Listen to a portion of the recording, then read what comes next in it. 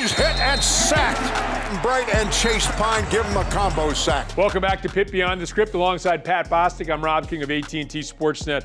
Pat, such an impressive win, 47-14. A matchup of two 4-4 football teams in the Panthers just manhandled Virginia Tech. First down, Herbert. Reverse ball on the ground, and Pitt's going to recover the fumble. Yeah, it was unexpected a little bit. 16 guys out. Wasn't sure who was playing, who wasn't. Obviously, you saw a patchwork offensive line in there, 3 new starters, missing your leading tackler in Servassier Dennis, your leading receiver in Jordan Addison, your replacement for Paris Ford, Brandon Hill at safety, wasn't available. And you go out and dominate like that on senior day, I think that speaks to one thing. You don't handle a week like that with uncertainty, going from test to test to test, if you don't have good culture and good leadership. And I think this football team believed. They wanted to play this game. They went out there and showed it, and they played really hard for their seniors. I'm happy for the result. I want to ask you about senior day in a minute, but Kenny Pickett, 35 of 52, 404 yards, and what a difference he makes. Obviously, 2 of the Panthers' 4 losses coming without Kenny Pickett, and you just kind of saw what I think a lot of people were expecting to see out of this offense with Kenny Pickett running it. Everything came together against Virginia Tech. Years, and look at some of the young talents.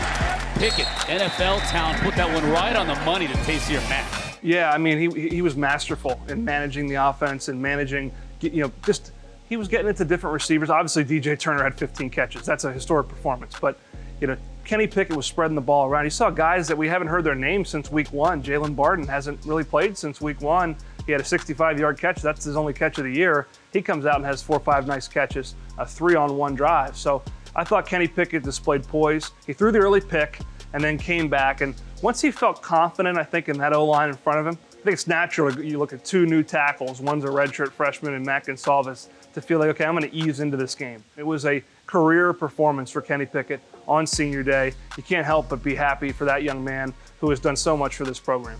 I think also we have to give credit to the defense. You mentioned the 99-yard drive. I thought the turning point of the game, Pitt was marching the ball up and down the field. Virginia Tech had a couple of big plays, and then that goal line stand, and Virginia Tech has a chance to get back into the game. The goal line stand followed up by the 4-play 99-yard drive, to me, was the turning point of the game. And then after that, it was floodgates open.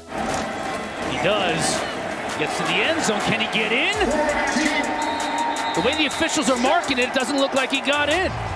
Yeah, I mean, bend but don't break's an often used, term when it comes to, defenses. I thought they bent, but they just certainly didn't break. I mean, they broke Virginia Tech. 3 fourth-down stops, including a missed field goal.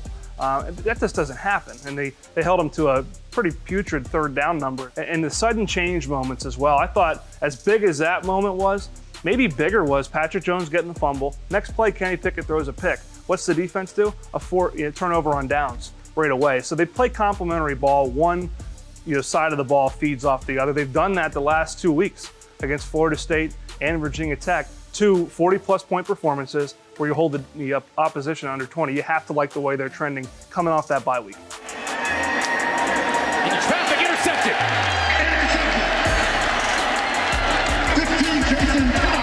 Jason Pinnock stays in bounds. Watch out for the backside.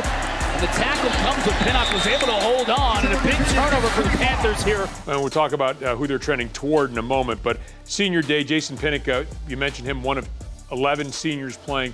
What is it like for these guys? You were a senior who took the field for the last time at home. What's that like?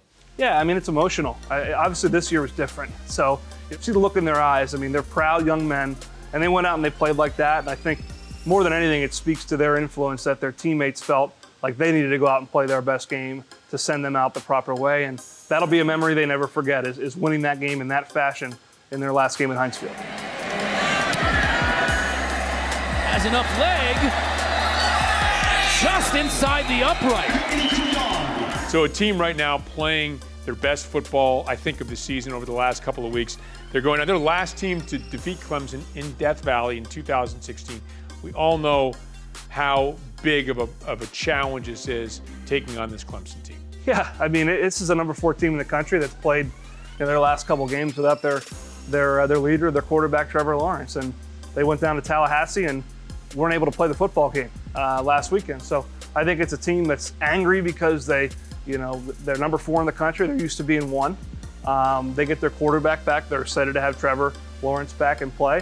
and they get to do it at home. A lot of storylines in this game, and I think none more so than the Panthers trending to be in top form going into this game. We'll see what they have. You can see how they stack up against, I think, probably one of the best two teams in the country when it's all said and done when they have Trevor Lawrence. Pat, thanks very much. Look forward to your call. Happy Thanksgiving to you as well. Happy Thanksgiving to you, Rob. And speaking of Thanksgiving, some of the Panthers players talked about their favorite parts of Thanksgiving when we resume next on Pitt Beyond the Script. We got a good senior day dub. Beat the brakes off them if we're keeping it honest. And now we're about to go down to South Carolina and make it a good one.